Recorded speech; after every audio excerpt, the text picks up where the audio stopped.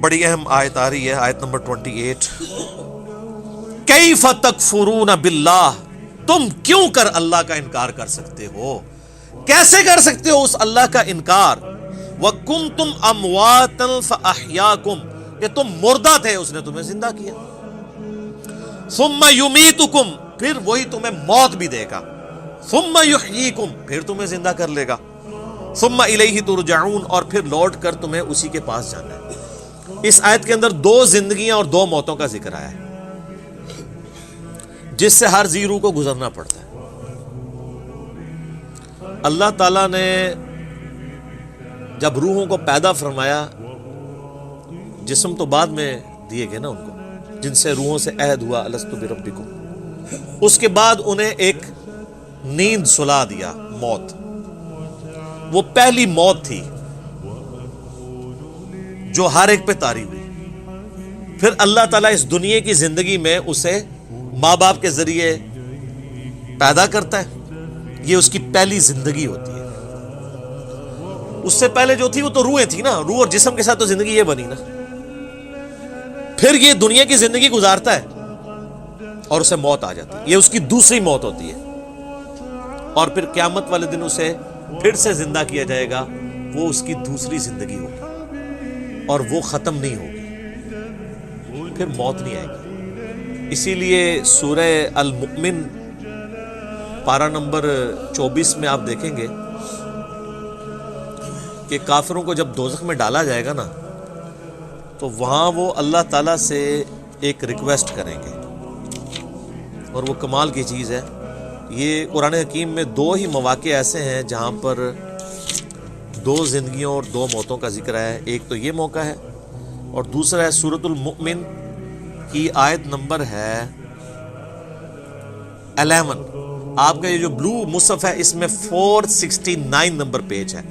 سورۃ المؤمن، سورت نمبر 40، 40 نمبر سورت، آیت نمبر ہے 11۔ قالوا ربنا امتنا اثنتین واحییتنا اثنتین، اے رب ہمارے تو نے ہمیں 2 دفعہ موت دی اور 2 دفعہ زندگی دی۔ فاعترفنا بذنوبنا، ہمیں اعتراف ہے اپنے گناہوں کا، اپنے جرائم کا۔ فہل الی خروج من سبیل، تو اب یہاں سے بھی کہیں اور نکلنے کا کوئی معاملہ ہو سکتا ہے؟ یعنی وہ کہیں گے کہ جس طرح اے اللہ تو نے 2 زندگیاں 2 موتیں دی، تو اب کوئی اگلی سٹیج بھی آنے والی ہے کہ اب ہم اپنے آپ کو سیدھا کر لیں۔ لیکن اب تو کوئی سٹیج نہیں ہے۔ اللہ تعالیٰ فرمائے گا ذالکم بانہ اذا دعی اللہ وحدہ کفرتم، یہ جو تم نے انجام دیکھا ہے یہ اس لیے ہے کہ جب تمہیں دنیا کی زندگی میں اکیلے اللہ کی طرف بلایا جاتا تھا تم انکار کر دیتے تھے۔ وَإِن يُشْرِكْ بِهِ تُؤْمِنُوا، اور جب تمہیں کہا جاتا تھا اس کے ساتھ اور ہستیوں کو شریک ٹھہراؤ تو تم بات مان لیتے تھے۔ فَالْحُكْمُ لِلَّهِ الْعَلِيِّ الْكَبِيرِ، تو اب حکم تو اس اللہ کا ہے جو بلند و بالا ہے اور بڑائی والا ہے۔ یعنی اب کوئی اس کے بعد سٹیج نہیں، یعنی یہی 4 سٹیجز ہیں۔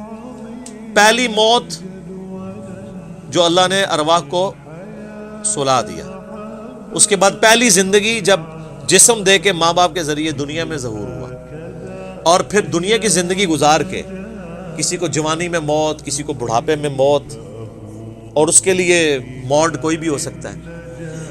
کوئی ایئر کریش میں مرے گا، کوئی ہارٹ کے فیلئر سے مرے گا، کوئی گردوں کے فیلئر سے مرے گا، کوئی کسی شیر کے منہ میں چلا جائے گا، کوئی روڈ ایکسیڈنٹ میں مر جائے گا۔ ایگزٹ ہر بندے کا اس دنیا سے، تو وہ دوسری موت ہوگی اس کی۔ اور پھر دوسری زندگی ہے قیامت والے دن، جس کے بعد موت نہیں آنی۔ بخاری میں حدیث ہے کہ میدان محشر میں لا کے موت کو مینڈے کی شکل میں ذبح کیا جائے گا۔ جنتی جو ہیں وہ گھبراتے ہوئے جنت کے کنارے آئیں گے، اور دوست کی خوشی کے ساتھ دوزخ کے کنارے آئیں گے کہ شاید ہمیں کوئی نکالا جا رہا ہے، کیونکہ ندا دی جائے گی کہ ایک سرمنی ہو رہی ہے، آ جاؤ دیکھ لو۔ اور وہ سرمنی یہ ہوگی کہ موت کو قتل کیا جائے گا، اور پھر اللہ تعالیٰ کی طرف سے کہا جائے گا کہ اب جو جنت میں خوشخبری ہے ان کو موت نہیں آنی، اور جو دوزخی ہیں ان کے لیے عبرت ہے۔ اب عبرت کیا ہے؟ اب ہمیشہ کی ناکامیاں مقدر ہیں کہ ان پہ بھی موت نہیں آنی، تو ان پہ ایسی مایوسی طاری ہوگی جو کبھی طاری نہیں ہوئی ہوگی، کیونکہ اب امید کی آخری کرن بھی ختم ہو گئی نا۔ سورہ الفرقان میں آتا ہے نا کہ وہ موت اللہ طرف مانگے گا، ایک نہیں ہزاروں موتیں آج مانگو، موت نہیں تمہیں آئے گی،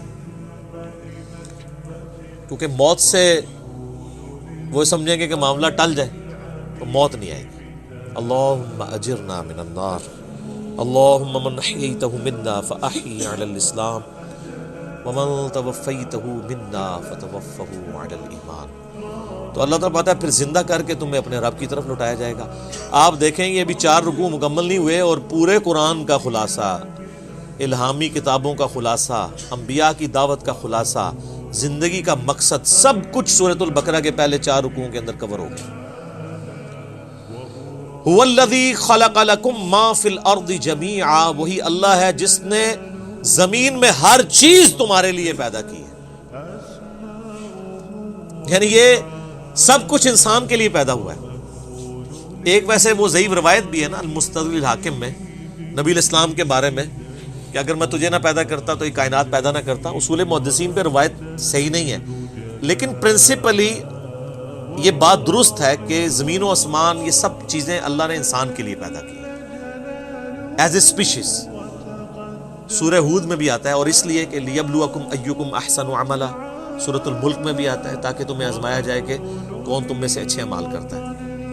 تو یہاں پہ بھی اللہ تعالیٰ ہمارا ہے کہ ہم نے جتنا کچھ زمین میں سب کچھ انسان کے لیے پیدا کیا ہے، اور دیکھیں سر ہر چیز انسانیت کی خدمت میں لگی ہوئی ہے۔ آپ کسی چیز کا ذکر کریں، ہم آپ کو سائنٹیفکلی پروف کریں گے کہ وہ انسان کی خدمت میں ہے۔ سورج انسان کی خدمت میں ہے، سورج کی تپش کی وجہ سے سمندروں کا پانی ایویپوریٹ ہوتا ہے اور وہ بارش کی شکل میں ہم پہ برستا ہے، گلیشیئرز کی فارم میں برف باری ہوتی ہے پہاڑوں کے اوپر، اور وہ سٹوریج ٹینک ہیں اللہ کے۔ ورنہ سمندر سے اگر آپ کو یہاں پانی لانا پڑے 1000 کلومیٹر دور تو مصیبت نہ بن جائے، تو وہ فری میں وہاں سے پانی پہنچ رہا ہے شمالی علاقوں میں، وہاں پہ گلیشیئرز، اور پھر اسی سورج کی تپش سے وہ گلیشیئر پگھلتے بھی ہیں۔